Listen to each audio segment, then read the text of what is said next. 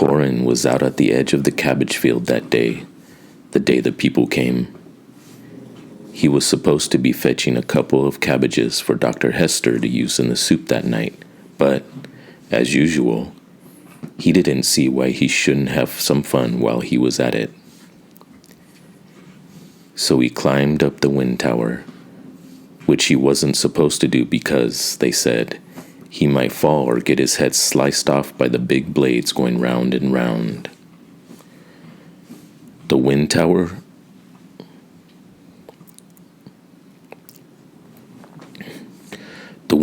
was four-sided, made of boards nailed one above the next like the rungs of a ladder.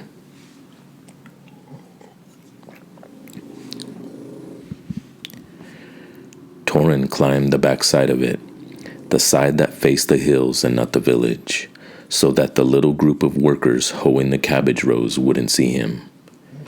At the top, he turned around and sat on the flat place behind the blades, which turned slowly in the idle summer breeze. He had brought a pocketful of small stones up with him, planning on some target practice. He liked to try to hit the chickens that rummaged around between the rows of cabbages. He thought it might be fun to bounce a few pebbles off the hats of the workers, too. But before he had even taken the stones from his pocket, he caught sight of something that made him stop and stare. Out beyond the cabbage field was another field, where young tomato and corn and squash plants were growing, and beyond that the land sloped up into a grassy hillside dotted, at this time of year, with yellow mustard flowers. Torin saw something strange at the top of the hill, something dark.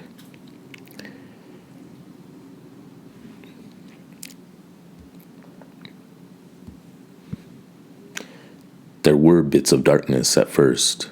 For a second he thought maybe it was a deer, or several deer. Black ones instead of the usual light brown, but the shape was wrong for deer. And the way these things moved was wrong too.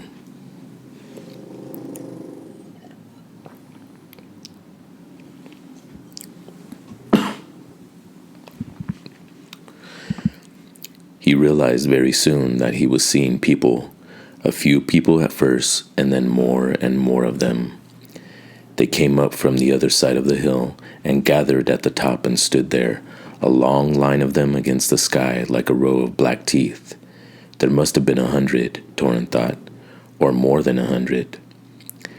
In all his life, Torin had never seen more than 3 or 4 people at a time arrive at the village from elsewhere.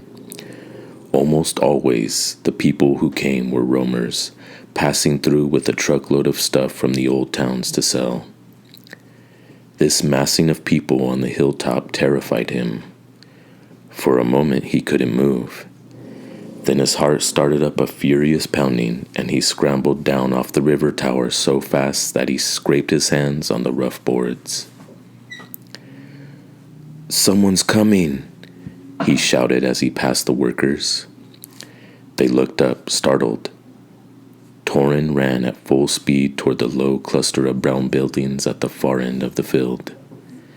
He turned up a dirt lane, his feet raising swirls of dust, and dashed through the gate in the wall and across the courtyard, in through the open door, all the time yelling, "Someone's coming! Up on the hill! Auntie Hester!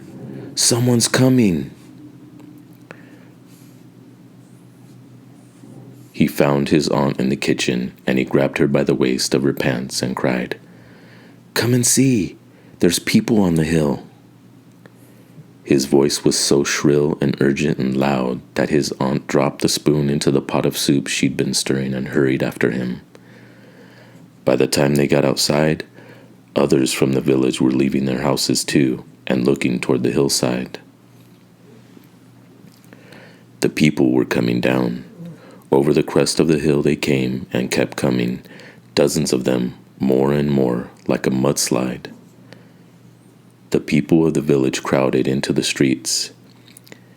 "Get Mary Waters," someone called. "Where's Ben and Wilmer? Find them. Tell them to get out here. Torin was less frightened now than he was. Torin was less frightened now that he was surrounded by the townspeople. "I saw them first," he said to Hattie Carranza, who happened to be hurrying along next to him. "I was the one who told the news." "Is that right?" said Hattie. "We won't let them do anything bad to us," said Torin. "If they do, we'll do something worse to them, won't we?" But she just glanced down at him with a vague frown and didn't answer. The three village leaders, Mary Waters, Ben Barlow, and Wilmer Dent, had joined the crowd by now and were leading the way across the cabbage field. Torin kept close behind them. The strangers were getting nearer, and he wanted to hear what they had to say. He could see that they were terrible-looking people. Their clothes were all wrong, coats and sweaters, though the weather was warm, and not nice coats and sweaters, but raggedy ones.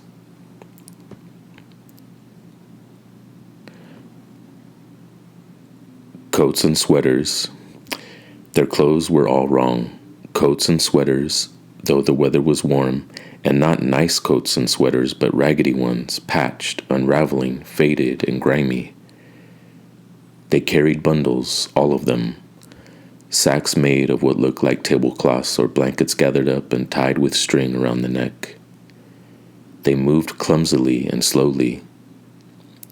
Some of them tripped on the uneven ground and had to be helped up by others. In the center of the field, where the smell of new cabbages and fresh dirt and chicken manure was strong, those at the front of the crowd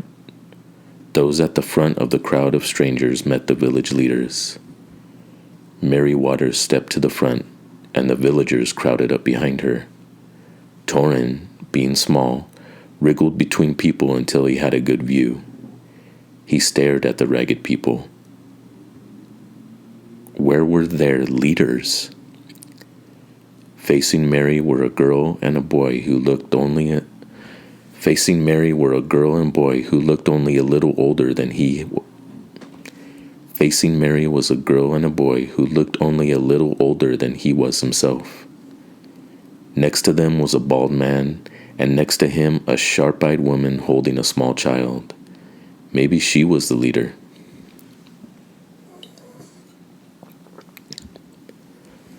But when Mary stepped forward and said, "Who are you?" it was the boy who answered. He spoke in a clear, loud voice that surprised Torin, who had expected a pitiful voice from someone so bedraggled.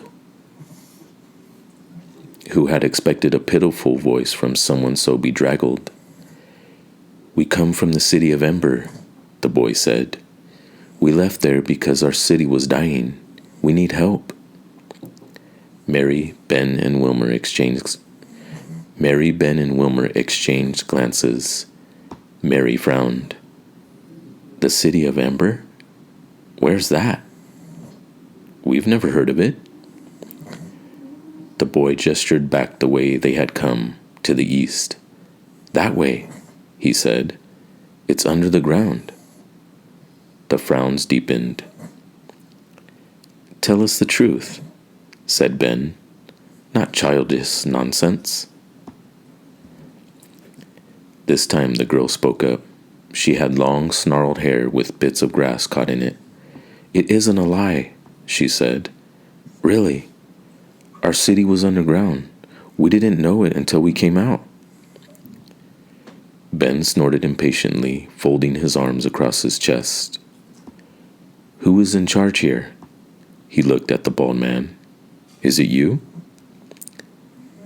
The bald man shook his head and gestured toward the boy and the girl. "They're as in charge as anyone," he said. "The mayor of our city is no longer with us. These young people are speaking the truth. We have come out of a city built underground." The people around him all nodded and murmured, "Yes, and it's true." "My name is Dune Harrow," said the boy, "and this is Lena Mayfleet. We found the way out of Ember." thinks she's pretty great, thought Torin, hearing a note of pride in the boy's voice. He didn't look so great. His hair was shaggy, and he was wearing an old jacket that was coming apart at the seams and grimy at the cuffs. But his eyes shone out confidently from under his dark eyebrows. "We're hungry," the boy said, "and thirsty. Will you help us?" Mary, Ben, and Wilmer stood silent for a moment. Then Mary took Ben and Wilmer by the arms and led them aside a few steps. They whispered to each other, glanced up at the great swarm of strangers, frowned, whispered some more. While he waited to hear what they'd say, Torin studied the people who said they came from underground. It might be true. They did, in fact, look as if they had crawled up out of a hole. Most of them were scrawny and pale, like the sprouts you see when you lift up a board that's been lying on the ground, feeble things that have tried to grow in the dark. They huddled together looking frightened. They looked exhausted too. Many of them had sat down on the ground now, and some had their heads in the laps of others. The 3 village leaders turned again to the crowd of strangers. "How many of you are there?" Mary Waters asked. "About 400, said the boy, Dune. Mary's dark eyebrows jumped upward. 400? In Torin's whole village, there were only 322. He swept his gaze out over this vast horde. They filled half the cabbage field and were still coming over the hill like a swarm of ants. The girl with the ratty hair stepped forward and raised a hand as if she were in school. "Excuse me, Madam Mayor," she said. Torin snickered. Madam Mayor? Nobody called Mary Waters Madam Mayor. They just called her Mary. "Madam Mayor," said the girl, "my little sister is very sick." She pointed to the baby being held by the sharp-eyed woman. It did look sick. Its eyes were half closed, and its mouth hung open.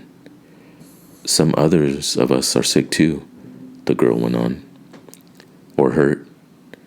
Lottie Hoover tripped and hurt her ankle, and Nammy Proggs is exhausted from walking so far. She's nearly 80 years old. Is there a doctor in your town? Is there a place where sick people can lie down and be taken care of?" Mary turned to Ben and Wilmer again, and they spoke to each other in low voices. Torin could catch only a few words of what they said. "Too many, but human kindness, maybe take a few in." Ben rubbed his beard and scowled. Wilmer kept glancing at the sick baby. After a few minutes, they nodded to each other. Mary said, "All right, hoist me up." Ben and Wilmer bent down and grasped Mary's legs.